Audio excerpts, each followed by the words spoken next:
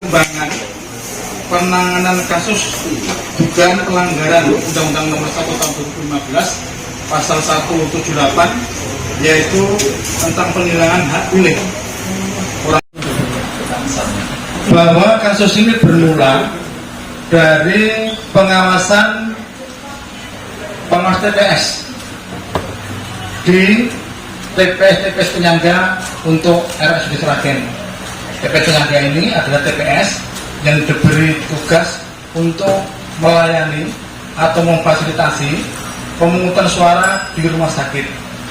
Jadi untuk RSUD Sragen itu ada 6 TPS yang diberi amanah untuk melayani atau memfasilitasi pemungutan suara di RSUD Sragen.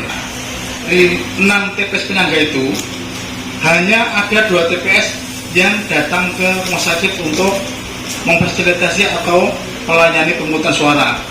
Ya. Nah, itu memang kalau kita lihat dari form A4-nya, form A4 itu daftar pemilih pindahan yang ada di rumah sakit itu yang dilayani. Itu memang hanya ada 1 orang pasien, sehingga TPS ini langsung datang ke RSUD dan dia langsung mau fasilitasi. Tetapi untuk TPS 3 itu ternyata di lapangan KPPS hanya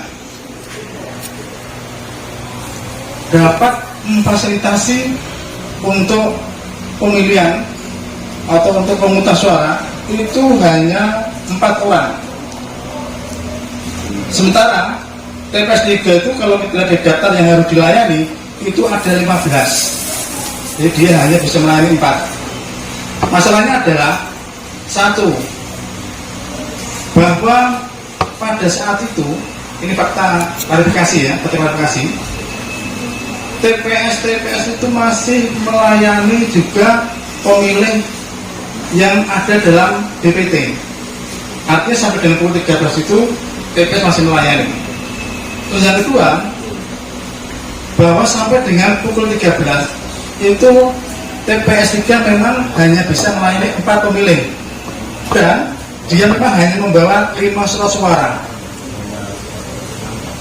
5 surat suara, tapi karena setelah dilaksanakan sampai dengan pukul 13 hanya bisa mencapai 4 pemilih, maka dia hanya bisa melayani 4 pemilih. Dengan demikian, di RSUD Sragen ketika pencoblosan kemarin itu terdapat 101 pasien yang tidak bisa dilayani. Nah, kemudian temuan ini kemarin kita bahas di Forum Gakumdu.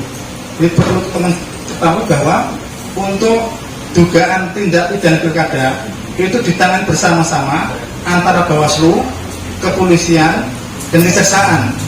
Sehingga keputusan apapun yang diputuskan nanti adalah keputusan dari 3 lembaga tersebut. Hari ini tadi kita sudah selesai melaksanakan pembahasan yang kedua. Pembahasan kedua itu adalah pembahasan untuk memutuskan apakah setelah melalui proses klarifikasi itu kemudian unsur-unsur sebagaimana yang dimaksud dalam pasal 178 tentang setiap orang yang dengan sengaja menghilangkan hak pilih orang lain itu diancam dengan hukuman pidana minimal 1 tahun maksimal 2 tahun. Nah, tadi kita sudah membahas dengan teman-teman Gakumdu dan hasilnya adalah bahwa banyaknya pasien di RSUD Sragen yang tidak bisa dilayani itu fakta. Itu adalah kenyataan. Tetapi kalau kita lihat dari unsur dengan sengaja, itu kemudian pasien ini tidak bisa masuk ke dalamnya. Kenapa? Karena KPPS bagaimanapun sudah berusaha untuk melaksanakan tugasnya, yaitu memfasilitasi pemilihan di RSUD Sragen. Satu hal yang perlu saya sampaikan, kenapa teman-teman KPPS itu dalam melayani kok hanya sampai dengan pukul 13? Sementara kalau kita melihat pada PKPU 6 tahun 2020 pasal 72 ayat 3 huruf A itu menyebutkan pelayanan bagi pasien di rumah sakit itu mulai jam 12 sampai dengan selesai. Jadi tidak ada kata sampai dengan pukul 13 sampai dengan selesai. Itu berbeda dengan pelayanan di TPS pada umumnya. Tetapi teman-teman yang ada di lapangan, khususnya teman-teman KPPS, ini pemahamannya masih sama seperti sebelumnya, bahwa termasuk pelayanan di rumah sakit pun dianggap ketika pukul 13 sudah dinyatakan selesai dan harus diakhiri. Inilah kemudian teman-teman yang menyebabkan teman-teman KPPS begitu sampai pukul 13 dia langsung menghentikan fasilitasi atau pelayanan di rumah sakit.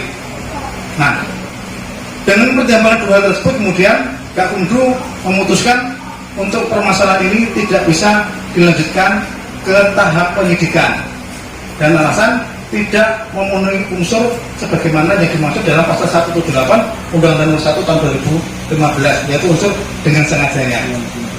Hari H selesai penghitungan itu calon bupati kan sempat menyampaikan bahwa kasus itu tidak dimungkinkan tidak hanya terjadi di RSUD Sragen, karena pada hari itu juga ada laporan dari RSUD Gimolong dan tidak menutup kemungkinan dari RSUD diputuskan hari ini jumlah total mungkin ada rekapan Pak, atau mungkin hanya di RSUD Sragen saja. Bersama satu lagi, nah dengan sudah melalui proses itu sebenarnya itu tanggung jawab siapa kesalahan ini, pelebihan ini tanggung jawab siapa yang paling bertanggung jawab? Jadi di RSUD Sragen, tapi dari hasil pengawasan teman-teman di lapangan, misalkan kayak di RSUD Gimolong, walaupun mungkin juga tidak bisa semuanya karena ada pemahaman seperti tadi, itu di sana teman-teman KPPS melakukan fasilitasi, itu yang kami terima dari lapangan, sehingga kami fokus kepada TPS yang sama sekali tidak melakukan kegiatan itu. Mengapa tidak melakukan itu? Untuk yang lain itu sepanjang yang saya terima laporan dari teman-teman Panasam itu tetap melakukan apapun itu, hanya memang ada yang tidak sampai dengan selesai karena dengan pertimbangan pukul 13 tadi dianggap sebagai akhir dari pemungutan suara ini. Jadi ini ada kesalahan yang menurut saya gimana? Kesalahan lain yang belum tahu itu kan kita juga harus bisa melihat dari situ juga. Ya.